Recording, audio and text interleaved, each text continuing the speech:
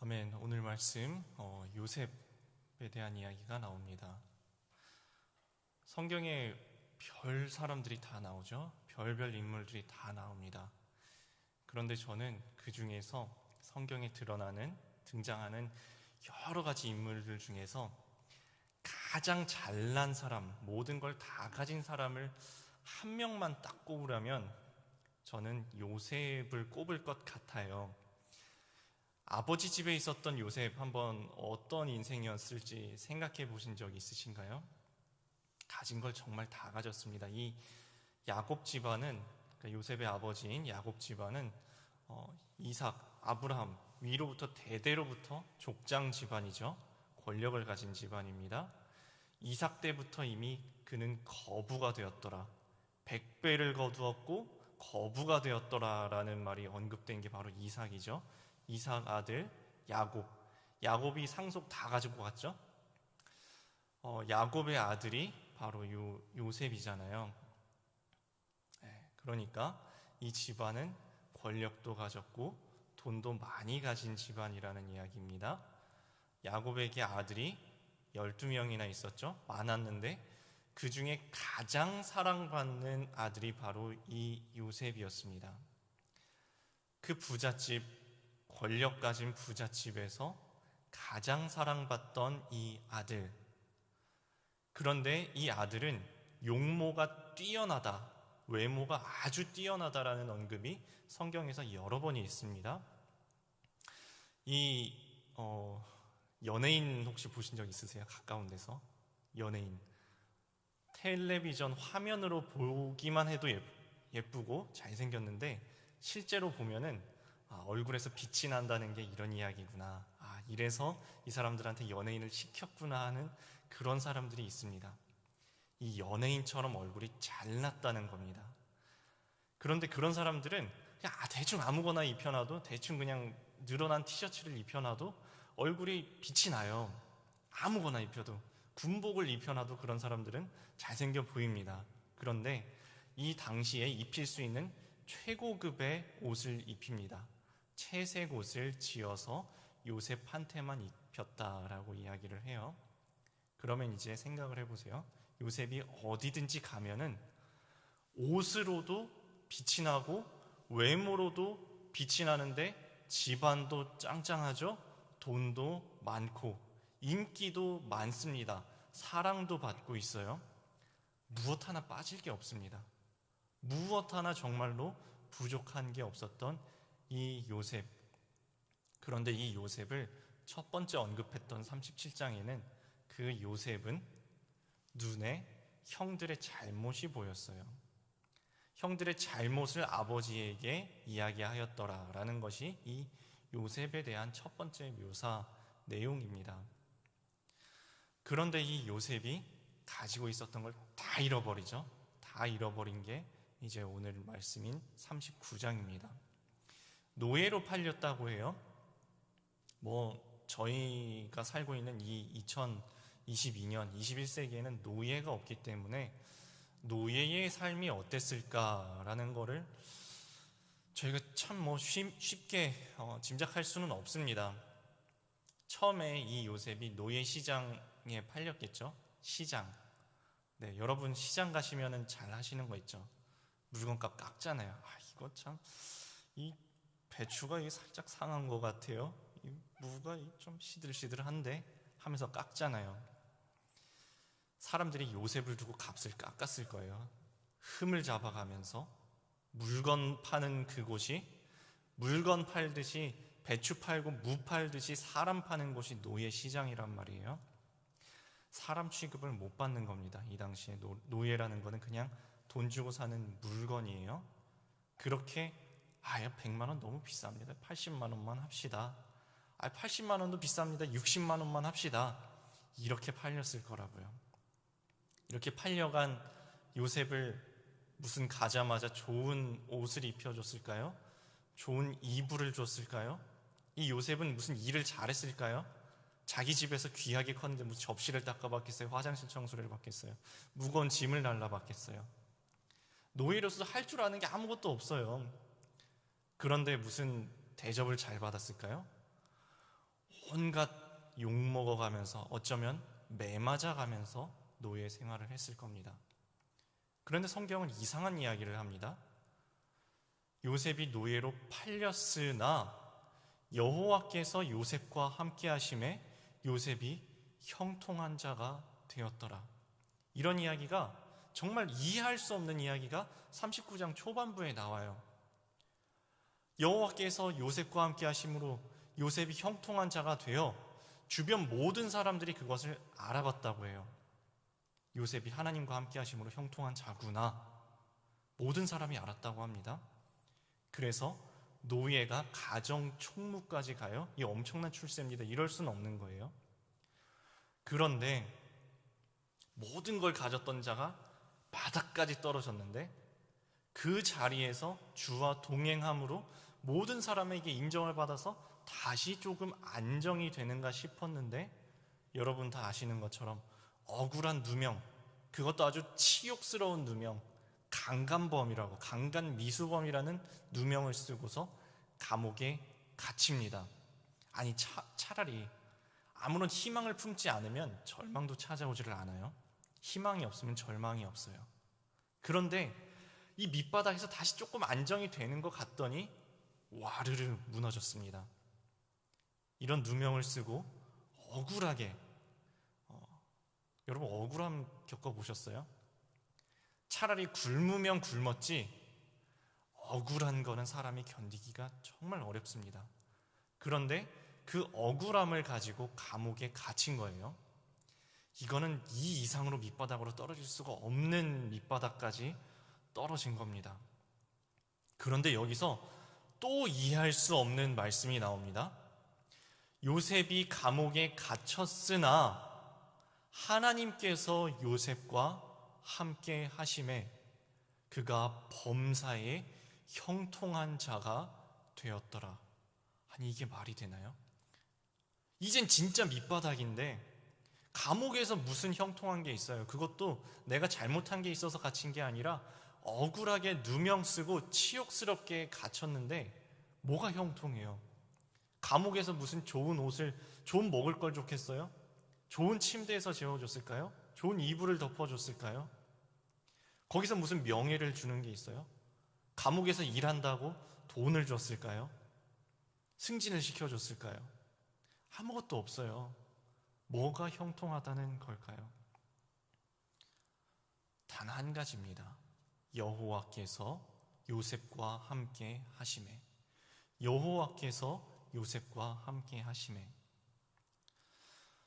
제가 정말 좋아하는 찬양에 이 범사의 형통, 만사 형통이라는 단어가 들어간 찬양이 있습니다. 나의 갈 길 다 가도록 예수 인도하시니. 아마 이것이 감옥에서 불렀던 요셉의 신앙 고백이었을 것입니다. 나의 갈 길 다 갈 때까지 예수께서 인도하시니 내가 감당할 수 없는 무슨 일을 만나든지 어려운 일을 당할 때도 족한 은혜를 주시는구나. 내가 정말 내 힘으로 감당할 수 없는 어려운 일을 지금 겪고 있는데 하나님께서 오늘 하루를 버티고 견뎌낼 수 있는 힘을, 족한 은혜를 주시는구나. 믿음으로 사는 사람은 이 땅에서는 아무런 위로받을 것이 없지만 하나님께서 위로를 채워주시는구나. 믿음으로 사는 자는 하늘 위로받겠네. 그 다음 가사가 이거예요. 무슨 일을 만나든지 만사 형통하리라. 무슨 일을 만나든지 만사 형통하는 이 은혜는 오직 하늘에서만, 하나님께로부터만 우리에게 주어지는 참된 평강이라는 것입니다. 이것을 성경에서는 이렇게 표현합니다. 우리가 이 보배를 질그릇에 가졌으니 우리가 사방으로 우겨쌈을 당하여도 쌓이지 아니하고 답답한 일을 당하여도 낙심하지 아니하고 박해를 받아도 버림받지 아니하고 거꾸러뜨림을 당하여도 망하지 아니하는 것은 우리가 그리스도의 십자가를 짊어지고 가는 그 길이 바로 그렇다라고 우리에게 말씀하고 있습니다.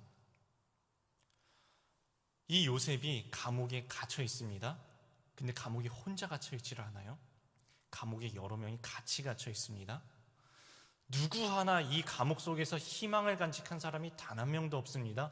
모두가 절망 속에서 신음하고 날마다 눈물로 지새우는 그곳에서 요셉은 빛이 나는 겁니다. 하나님과 함께 하시는 그 요셉은 감옥 속에 있어도 주님이 함께 하심으로 빛이 나는 겁니다. 모든 사람이 알아봅니다. 아, 요셉은 다르다. 우리 모두 절망 가운데 이곳에 있는데 저 요셉은 다르다. 그 비결이 뭐지? 아, 저 요셉은 하나님이 함께 하시는 사람이구나. 모두가 알았다는 겁니다. 옆에 있는 죄수도 알고 이 사람을 간수하는 간수장도 알았다는 겁니다. 하나님께서 이 간수장에게 은혜를 받게 하심에 그 모든 사람들이 요셉이 하는 일마다 형통하는 것을 눈으로 보았다고 합니다. 그래서 감옥에 있는 모든 사물을 요셉한테 맡깁니다. 그리고 요셉은 그 감옥에서도 맡은 바 사명을 성실하게 감당합니다. 맡은 바 책임을 성실하게 감당합니다. 이게 무슨 요셉이 잘나서 형통하게 되었다는 것이 아닙니다. 내 힘으로 내 인생을 형통하게 사는 것이 아닙니다. 하나님께서 요셉과 함께 하심에 요셉이 형통한 자가 되었다. 이것이 오늘 말씀이 우리에게 이야기하고 있는 것입니다. 환난과 유혹 속에서도 범사에 형통하게 되는 그런 삶은 내가 죄인됨을 하나님 앞에서 말씀 앞에서 깨닫고 십자가의 길을 묵묵히 걸어갈 때에 우리에게 주어집니다. 이것이 바로 십자가의 저력이고 그리스도인의 저력, 죽음까지도 이기는 그리스도인의 저력입니다. 적용 질문드립니다.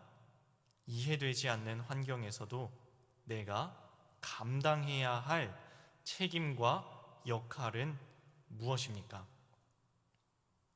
자, 이제 두 번째 단락으로 넘어갑니다. 두 관원장과의 만남이 40장 1에서 3절에 나타납니다. 요셉이 감옥에 갇혀 있을 때 혼자 갇혀 있었던 게 아니라고 했죠. 그런데 두 명의 사람이 새로 투옥이 돼서 들어옵니다. 떡 맡은 관원장, 술 맡은 관원장. 네, 저희는 왕정시대에 살고 있지 않기 때문에 이 떡 맡은 관원장, 술 맡은 관원장이 무슨 의미인지 그렇게 와닿지가 않습니다. 그런데 모든 역사를 막론하고 왕들이 가장 두려워하는 것 하나가 있습니다. 암살입니다. 암살. 누가 나를 죽이고 내 자리를 차지하지 않을까? 아니, 차라리 누가 군대를 이끌고 오는 거는 칼 들고 창 들고 방패 들고 막아줄 수가 있는데 왕이 먹는 거 이거 어떻게 해요? 왕도 먹어야 되잖아요. 먹고 마셔야 되잖아요. 이거 아무한테나 맡길 수 있었을까요? 아닙니다. 왕이 먹는 것과 마시는 것을 누구에게 전담해서 맡겼다라는 거는 자기 생명줄을 거기다 맡겼다는 거예요. 거기다가 뭐 이상한 것 하면은 그날로 끝입니다. 왕의 떡 맡은 관원장과 술 맡은 관원장이라는 것은 왕의 먹고 마시는 것을 맡았다는 이야기고 왕의 아주 신임을 받고 총애를 받는 최측근이라는 이야기입니다. 그런데 이 무슨 일이 있어가지고 이 두 명이 한날 한시에 감옥에 갇혔을까요? 뭐 이유는 기록이 되어 있지 않습니다. 근데 뭐 이렇게 추측해 볼 수 있지 않을까요?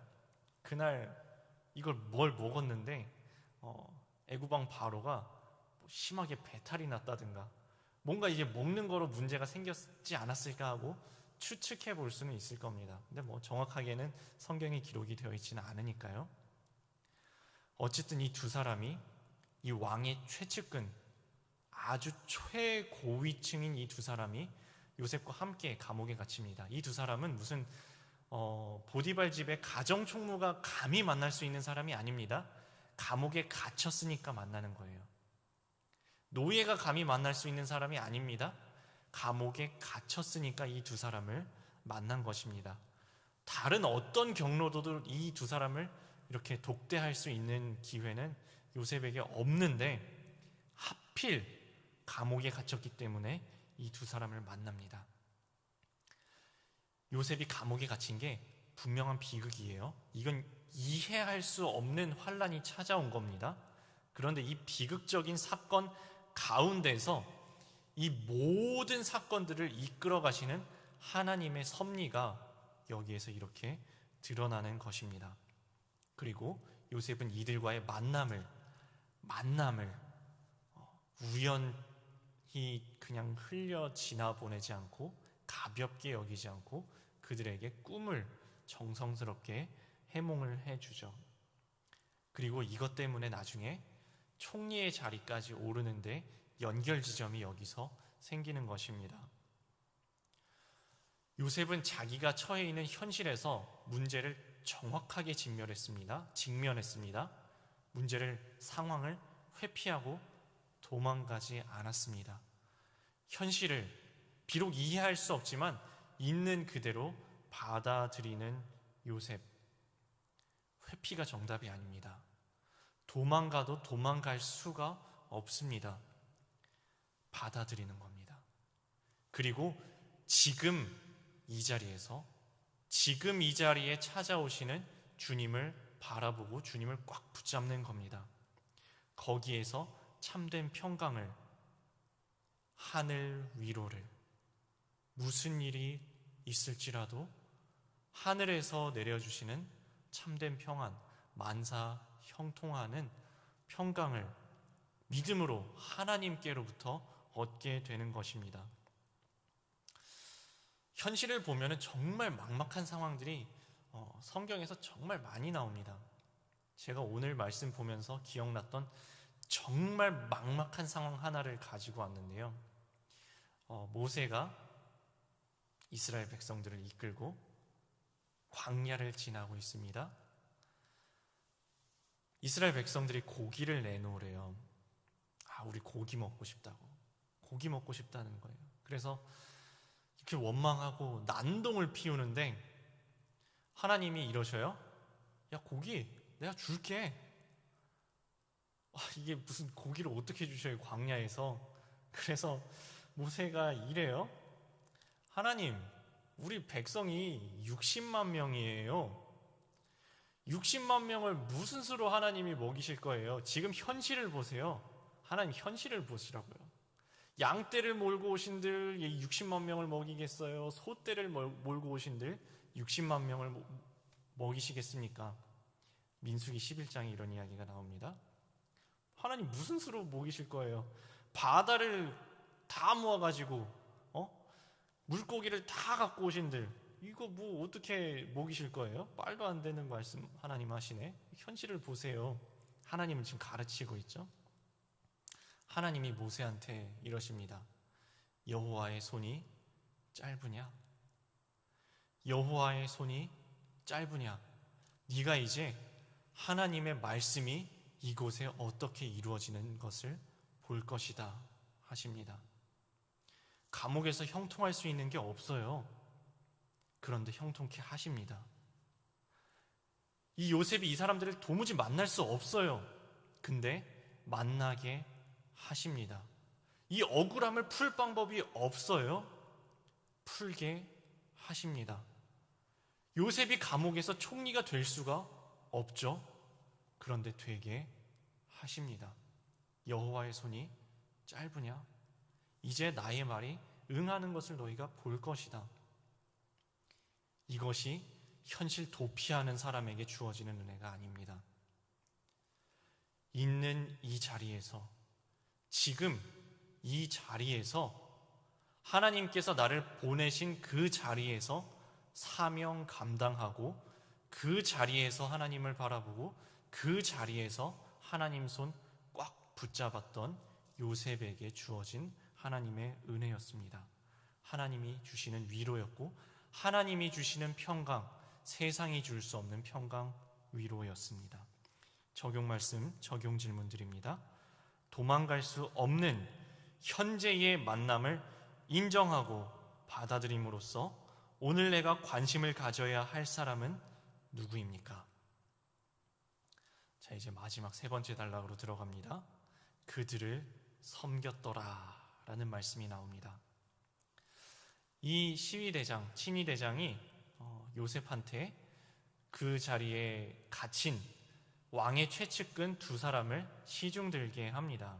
수종들게 합니다. 그리고 요셉은 이 왕의 최측근들 옆에서 수종드니까 할 말은 많았겠죠. 제일 하고 싶었던 말이 뭐였을까요? 나 억울하다 아니겠습니까? 나 억울합니다. 나 무죄예요. 나 아무런 죄가 없는데 여기 억울하게 갇혔습니다 라는 말이 턱 끝까지 찾아왔지만 차올랐을 텐데 자기 할 말부터 먼저 하지 않습니다. 요셉에게 맡겨진 일이 그게 아니잖아요. 요셉에게 맡겨진 일은 이 두 사람을 수종드는 것, 맡겨진 책임을 감당합니다. 묵묵히 자기에게 맡겨진 그 자리에서 맡겨진 책임을 감당하면서 두 관원장을 정성껏 섬깁니다. 이 감옥이라는 겸손해질 수밖에 없는 이 환경 속에서 요셉은 하나님을 바라보고 하나님께서 나에게 맡겨주신 사명이 무엇인지를 정확하게 붙잡은 겁니다. 깨달은 것입니다. 그리고 이곳에서도 이 소망 없는 이 자리에도 하나님은 과연 나와 함께 하시고 하나님은 과연 나와 동행하신다는 것을, 주님께서 나를 떠나지 아니하시고 버리지 아니하셨다는 것을 깨닫습니다. 그리고 주님의 마음으로 누구를 만나든지 진심으로 대하고 하나님의 때를 묵묵히 기다립니다. 하나님의 때는 온다. 하나님의 때는 옵니다. 하나님께서 말씀을 이루어 주시는 그날은 옵니다. 비록 우리는 그 때와 시기는 알 수 없지만 주님의 때는 반드시 옵니다.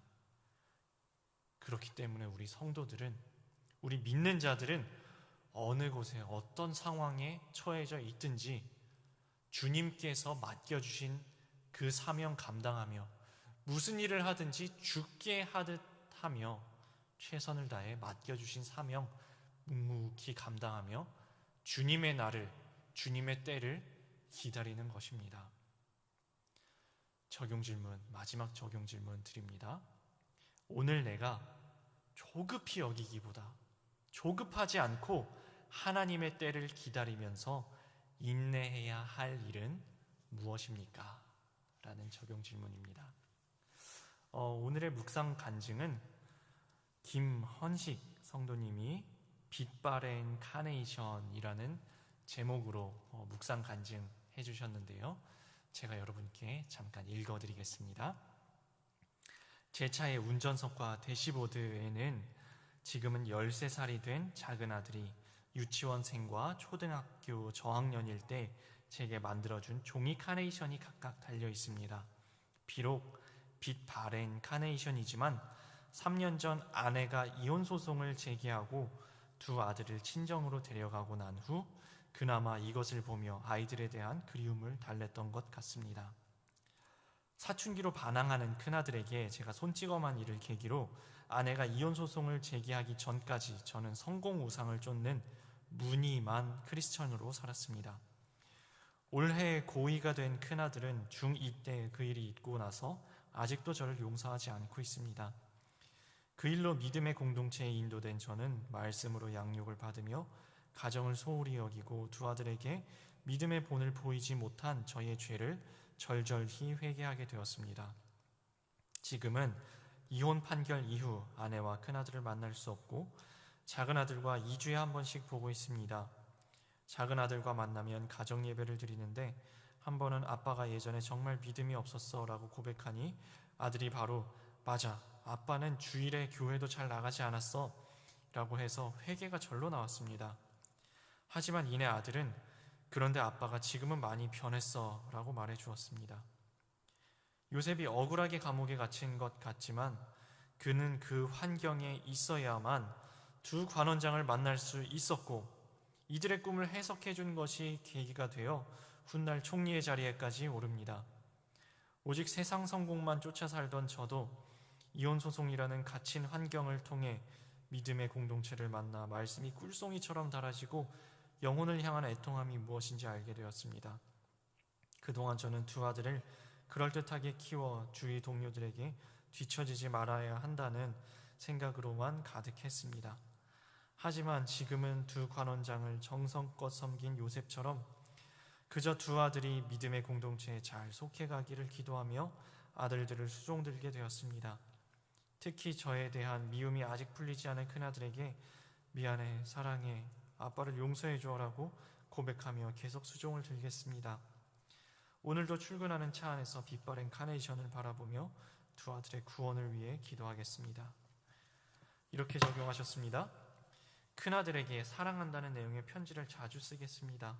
한 달에 한 번씩 작은 아들과 어린이 큐티인으로 가정 예배를 드리며 저의 죄를 고백하겠습니다. 라고 적용하셨습니다. 오늘 말씀 어떻게 들으셨나요? 여러분의 오늘 이 자리, 하나님께서 보내신 삶의 자리는 어떤 자리이신가요? 지금 이해할 수 없는, 받아들일 수 없는 상황은 혹시 있지 않으신가요? 오늘 말씀으로 받아들이고 그 와중에 그곳에까지 찾아오신 하나님 붙잡고 오늘을 어떻게 살아가야 할지 오늘 말씀에서 답을 얻으시는 하루 되시기 바랍니다. 함께 기도하시겠습니다.